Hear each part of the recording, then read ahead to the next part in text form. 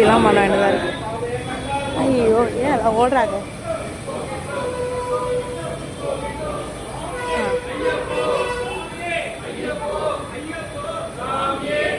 Uncle தேங்காய் உடைக்கணும், தேங்காய் உடைக்கணும், தேங்காய் உடைக்கணும்.